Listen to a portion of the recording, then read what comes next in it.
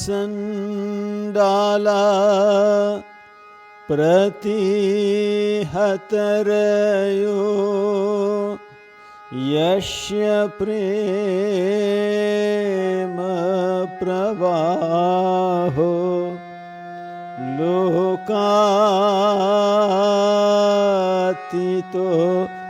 प्यहनजहो लोककल्याणी मार्गं त्रैलोक्येऽप्य प्रतिमा महिमा जानकी प्राण बंधो त्रैलोक्येऽप्य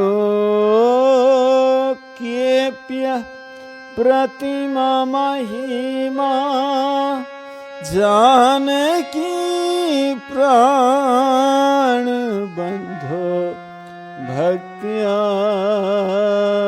ज्ञानं वृतवरवपु शीताया यो हि रामः भक्त्या ज्ञानं वृतवरवपु शीताया यो हि राम। सबसे पहले भगवान श्री राम कृष्ण, माँ शारदा देवी, स्वामी विवेकानंद, भगवान श्री रामचंद्र के चरणों में प्रणाम निवेदन करता हूँ। यहाँ के बड़े महाराज परम पूजनीय श्रीमद स्वामी निखिलेश्वर जी महाराज, यहाँ के सन्यासी ब्रह्मचारी और आप सभी के चरणों में प्रणाम निवेदन करता हूँ, क्योंकि आपके सबके हृदय में भगवान श्री रामचंद्र वो माँ जानकी विराजमान है। रामचरितमानस में कहते हैं, सिया राम मैं सब जग जानी, करो प्रणाम झुरी जुग पानी। हम सब मिलकर राम संकीर्तन करेंगे। राम सिया राम जय जय राम, राम सिया राम जय जय। हो मंगल भवन अमंगल हारी, द्रवहु सुदशरथ अजीर बिहारी। राम सिया राम जय जय राम, राम। हो जनक सुता जग जननी जानकी, अतिशय प्रिय करुणा निधान की। राम सिया राम जय जय राम, राम। हो ताके जुगपद कमल मनावो,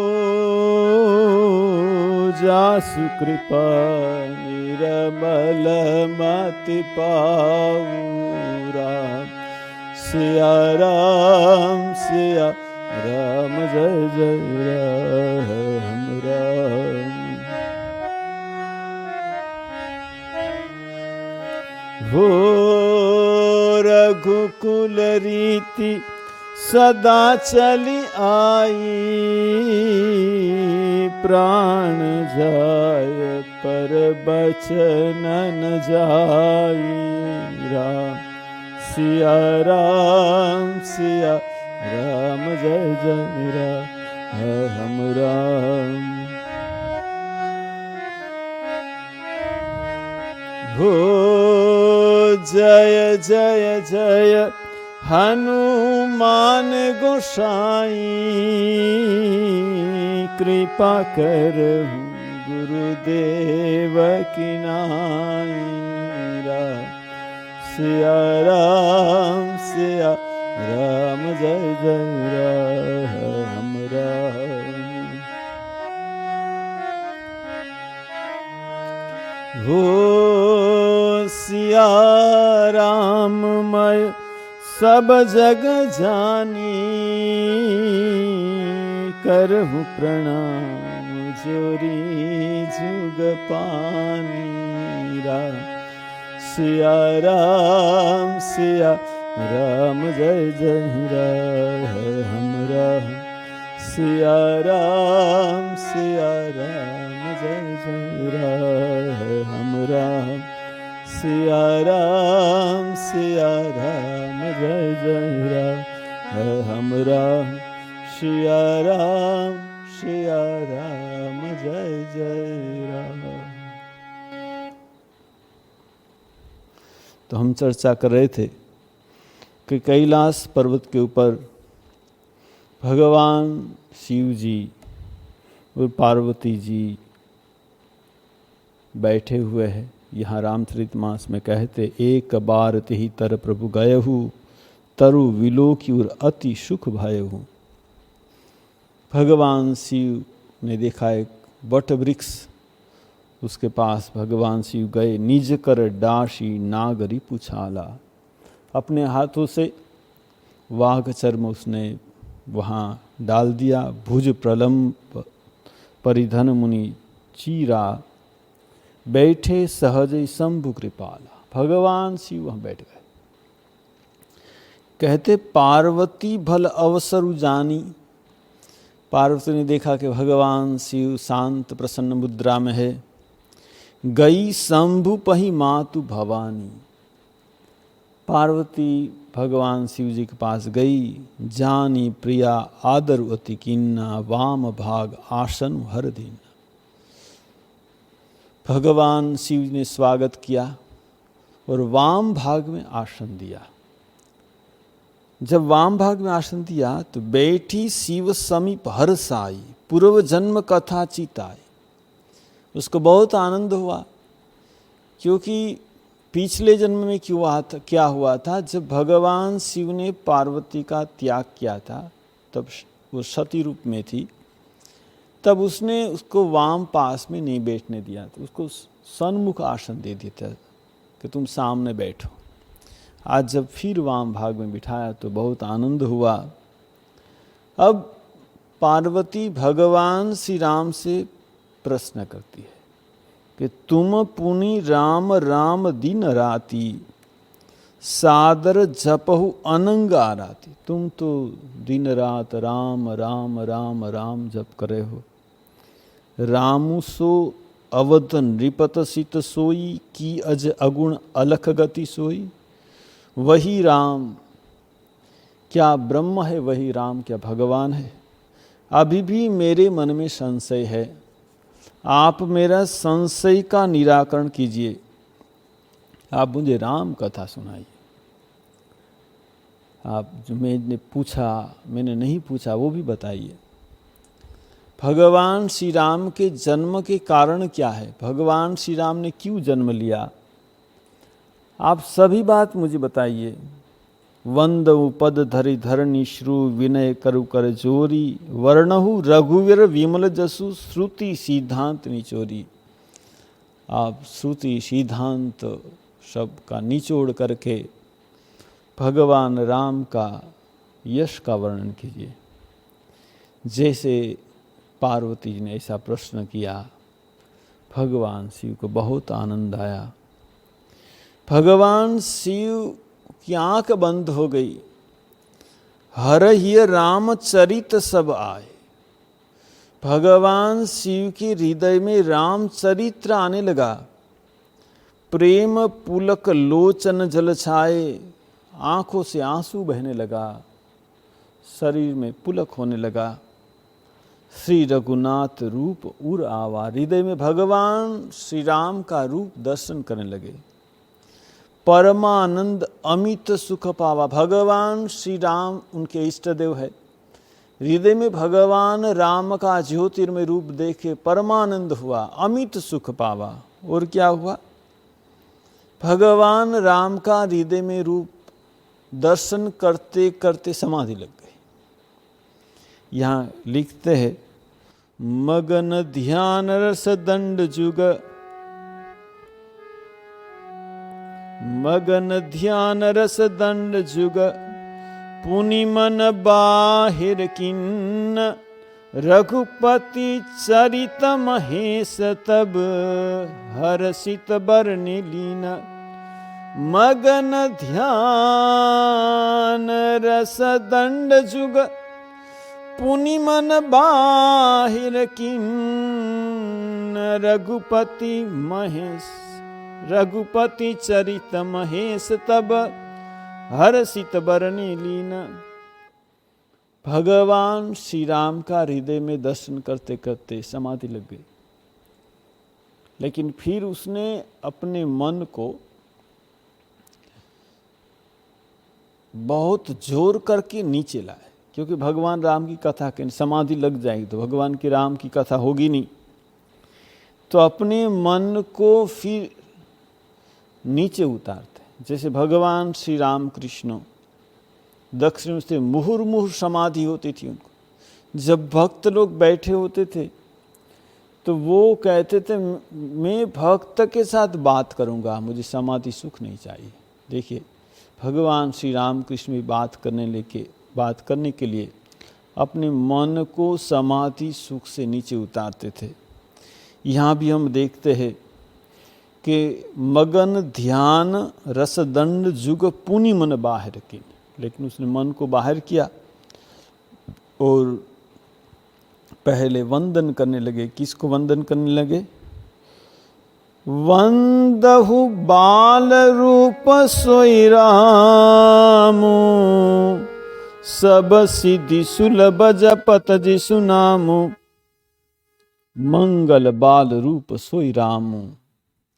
जो बालक रूप राम का है वो भगवान शिव जी को बहुत प्यारा लगता है। वंदहु बाल रूप सोई रामु सब सिद्धि सुलभ जपत जिसु नामु। जिसका नाम करने से क्या होता है? सब सिद्धि सुलभ हो जाती है। बाद में भगवान शिव जी कहते मंगल भवन अमंगल हारी द्रवु सो दशरथ अजिर बिहारी। देखिए भगवान हर समय हमारा मंगल ही करते हैं। मंगल भवन अमंगल हारी द्रवु सो दशरथ अजिर बिहारी। वो कृपा करे जो दशरथ के आंगन में खेल रहे, बिहार कर रहे, वही बालक राम मेरे पर कृपा करे।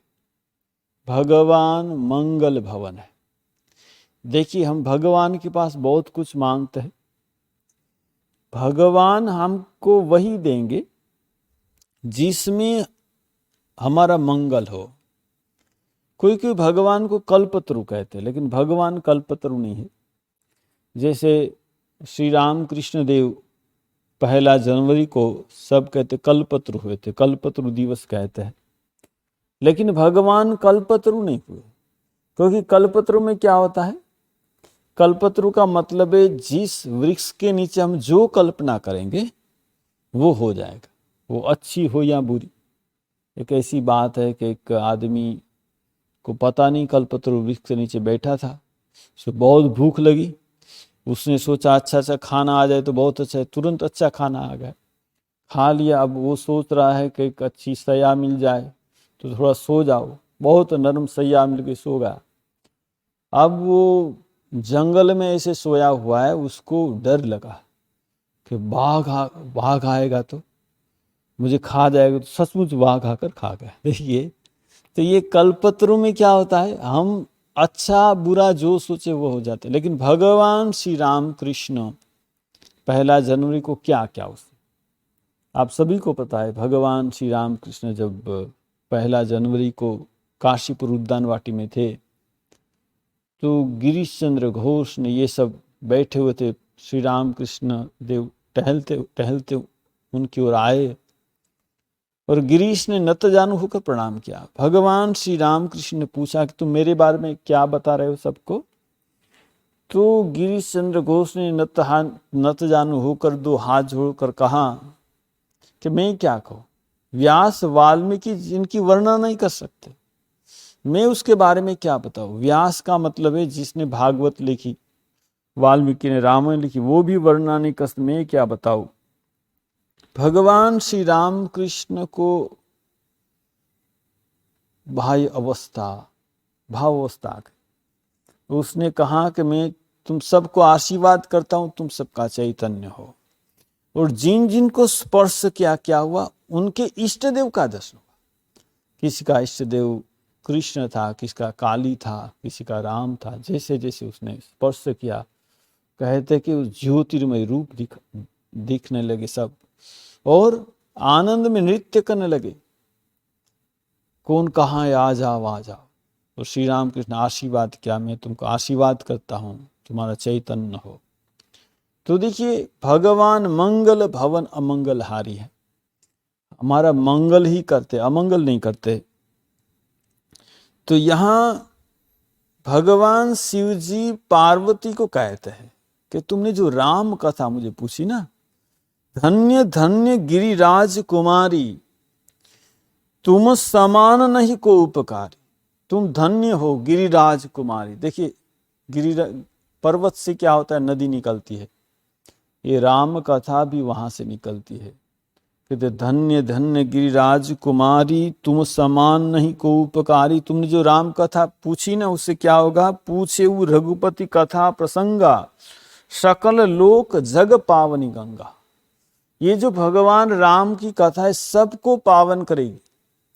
जो राम कथा सुनेगा वो पवित्र हो जाएगा। तुम धन्य हो गिरिराज कुमारी कहते, क्योंकि पर्वत से तो गंगा निकलती है। राम कथा भी तुमने पूछा तो भगवान शिव जी के मुंह से निकलती है। यहां भगवान शिव इतने प्रसन्न हुए और कहने लगे कि देखो, ये जो भगवान का नाम है, बीबसु जासु नाम नर कह। कोई अनिच्छा से भी राम बोल दे तो क्या होगा, जन्म अनेक रचित अगध है। अनेक जन्म का पाप नाश हो जाए। कोई ने एक बार राम वैसे बोल दिया, बिना श्रद्धा से, बिना भक्ति से, तो यहां भगवान शिव कहते हैं कि बीबसहु जासु नाम नर कही, जन्म अनेक रचित अगध है। अनेक जन्म का पाप नाश हो जाता है।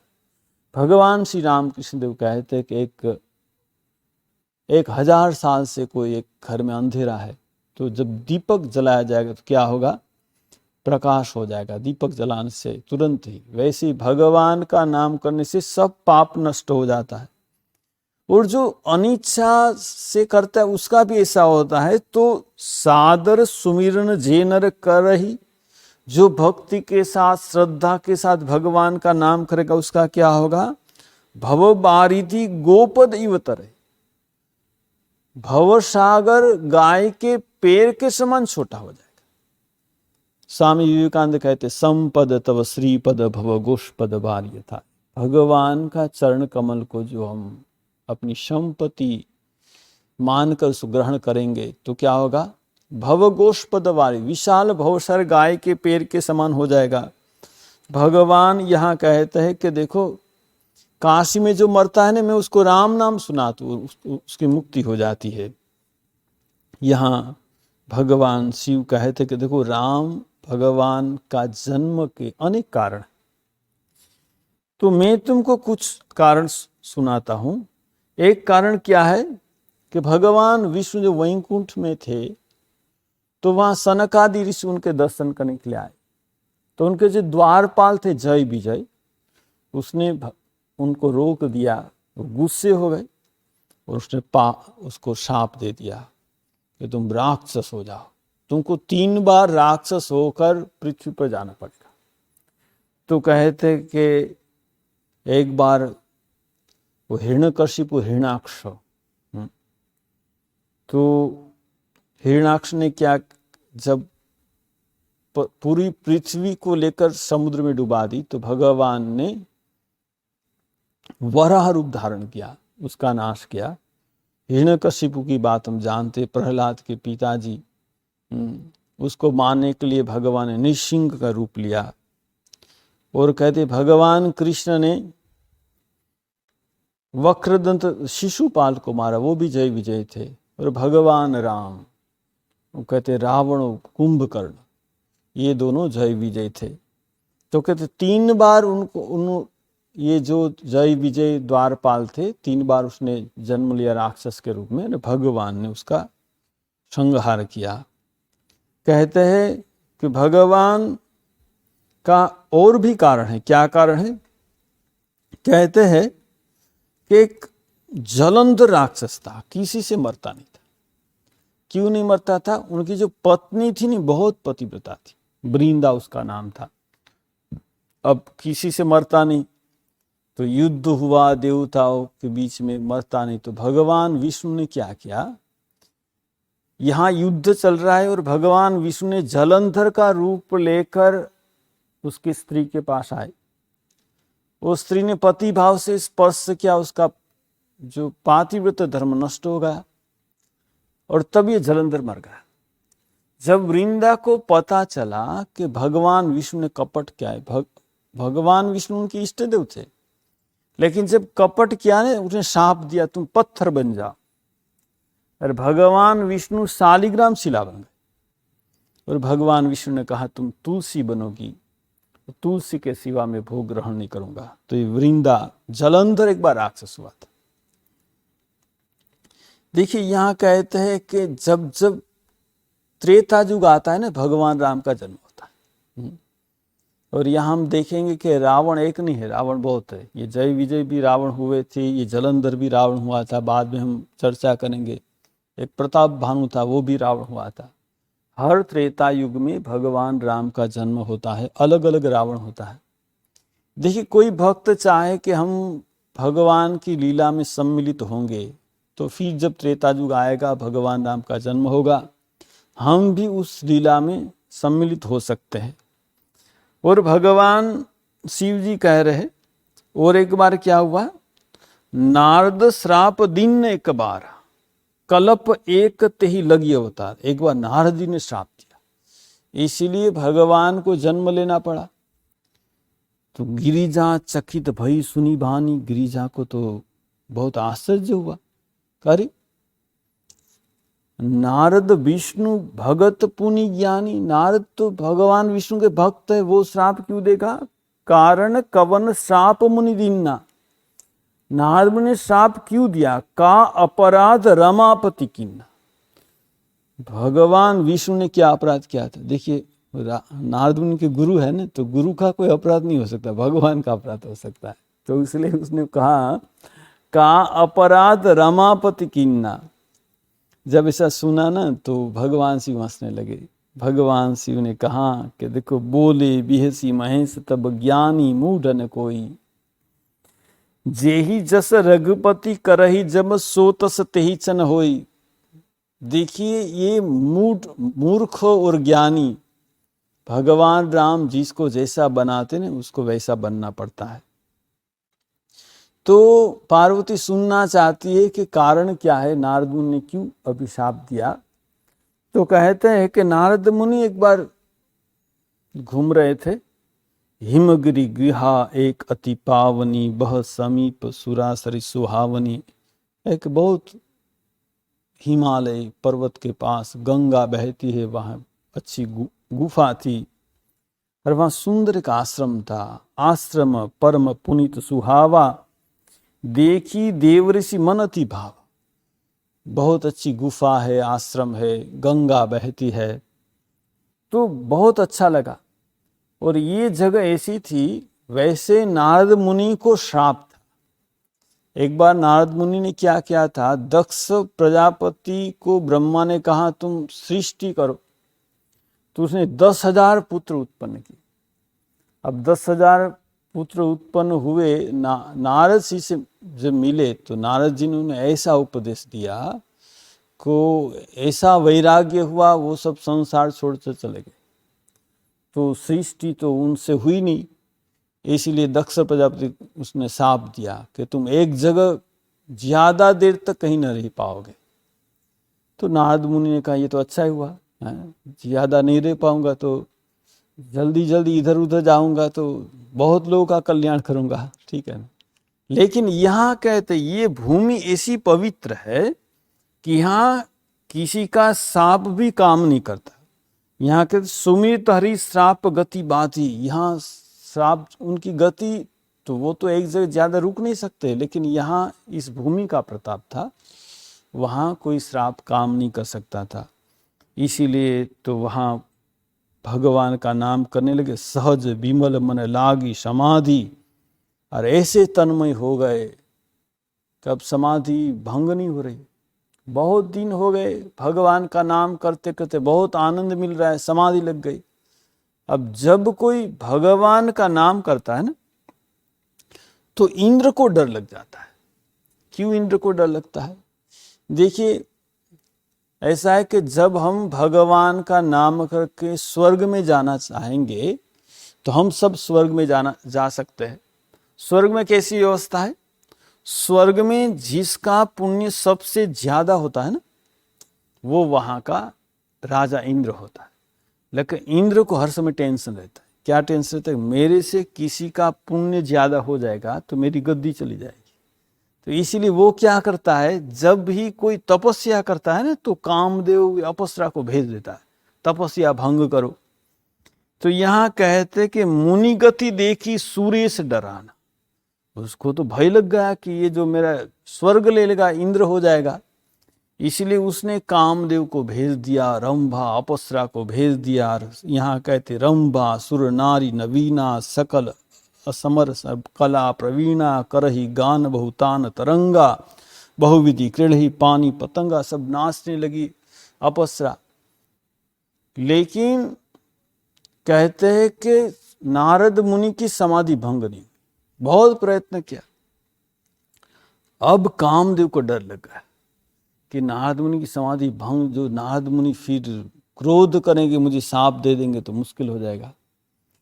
तो कामदेव ने क्या किया, वो चरण में गिर पड़े और कहा कि देखिए आप बहुत महान हो, आपने काम को जय किया। बहुत प्रशंसा करने लगे। देखिए, प्रशंसा एक ऐसी चीज है ना, प्रशंसा सुनने में सबको अच्छी लगती है। और प्रशंसा से क्या होता है मालूम है? महान मनुष्य का पतन भी होता है। प्रशंसा से अहंकार बढ़ जाता है। जब हनुमान जी की प्रशंसा भगवान श्री राम कर रहे हैं, जब हनुमान जी ने लंका जलाई, वापिस आए, तो भगवान श्री राम बहुत प्रशंसा करने लगे हनुमान जी की। तो हनुमान जी ने क्या किया? हनुमान जी भगवान राम के चरणों में गिर पड़े और उठते नहीं। अरे उठो। बोले नहीं प्रभु। क्यों? बोले प्रभु, कोई प्रशंसा करता है तो मनुष्य गिरता है। मैं देख रहा हूं भगवान प्रशंसा कर, अब तो गिरना ही पड़ेगा। तो आपके चरण में गिर पड़े, वही अच्छा है। तो भगवान के चरण में गिर गए। तो यहाँ कहते हैं कि नारद मुनि को प्रशंसा बहुत से, आंखें खुली। तो उसने कहा, कामदेव ने, आपने सिर्फ काम नहीं क्रोध को भी जय किया है। क्योंकि देखिए आप मेरे पर क्रोध भी नहीं कर रहे, आप बड़े महान हैं। आप जैसे महान अभी तक मैंने कभी किसी को नहीं देखा। नारद मुनि को बहुत अच्छा लगा, वो तो चला गया। लेकिन अभी नारद मुनि को अहंकार हो गया। क्या? कि मैंने काम और क्रोध को जय किया। अब वो कहाँ गए? भगवान शिव के पास गए। भगवान शिव के पास जाकर कहा कि मैंने काम और क्रोध को जीत लिया। देखिए भगवान शिव ने क्या किया था? काम तो जीत लिया, लेकिन उसने कामदेव को भस्म कर दिया, क्रोध किया था। तो यहां नारद मुनि कहना चाहते, मैं आपसे भी बड़ा हूं। तो जीता काम अहमिति मन माही, बहुत अहंकार हो गया। तो भगवान शिव ने उनको कहा, बार बार बिनहु मुनि तो ही जिम यह कथा सुनाहु मोहि। मैं आपको विनती करता हूं, आपने जो मुझे ये कथा सुनाई ना, ये बात कभी भगवान विष्णु को मत सुनाई। तो नारद मुनि सोचा ऐसी बात क्यों करे। तो लगता है कि भगवान शिव सोच रहे कि मेरे से भी नारद मुनि बड़े हो गए और मेरी क्रेडिट डाउन हो जाएगी, इसीलिए बता रहे कि किसी को मत बताना। लेकिन यहाँ कहते हैं कि उसने भगवान शिव की बात नहीं मानी, भगवान विष्णु के पास चले गए।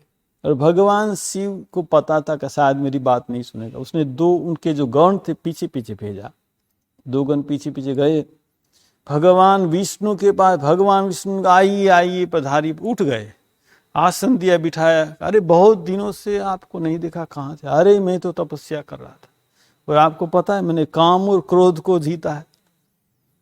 भगवान विष्णु की ये क्या बड़ी बात है, आप तो सब कुछ कर सकते, आप तो ब्रह्मचारी, आपके लिए तो ये सब कुछ नहीं है, ये सब आपकी कृपा है। देखिए बोल रहे आपकी कृपा, लेकिन मन ही मन सोच रहे नहीं ये तो हम नहीं किया है। हमारा भी कभी ऐसा होता है, भगवान की कृपा से सब हो रहा है, लेकिन मन में यही सोचते तो हम ही कर रहे हैं, ठीक है ना, ऐसी बात। तो भगवान विष्णु ने देखा कि उसमें अहंकार आ गया, ये अहंकार का नाश करना चाहिए। हम फिर जब अगली चर्चा करेंगे तब इसकी बात की चर्चा करेंगे, हम सब मिलकर भगवान का संकीर्तन करेंगे। आप सभी लोग मेरे साथ संकीर्तन करें।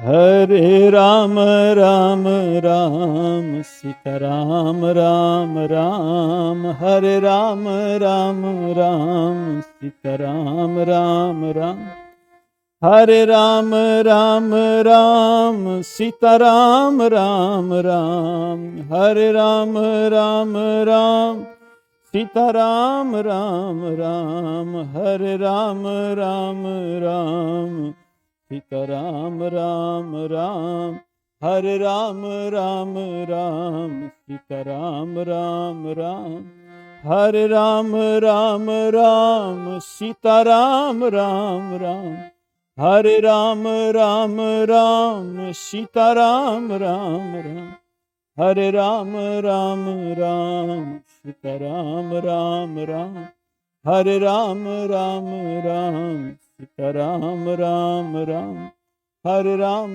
राम राम सीताराम राम राम। बोलो सियावर रामचंद्र भगवान की जय, पवन सुत हनुमान की जय, उमापति महादेव की जय, शारदावर राम कृष्ण की जय, सदगुरुदेव की जय।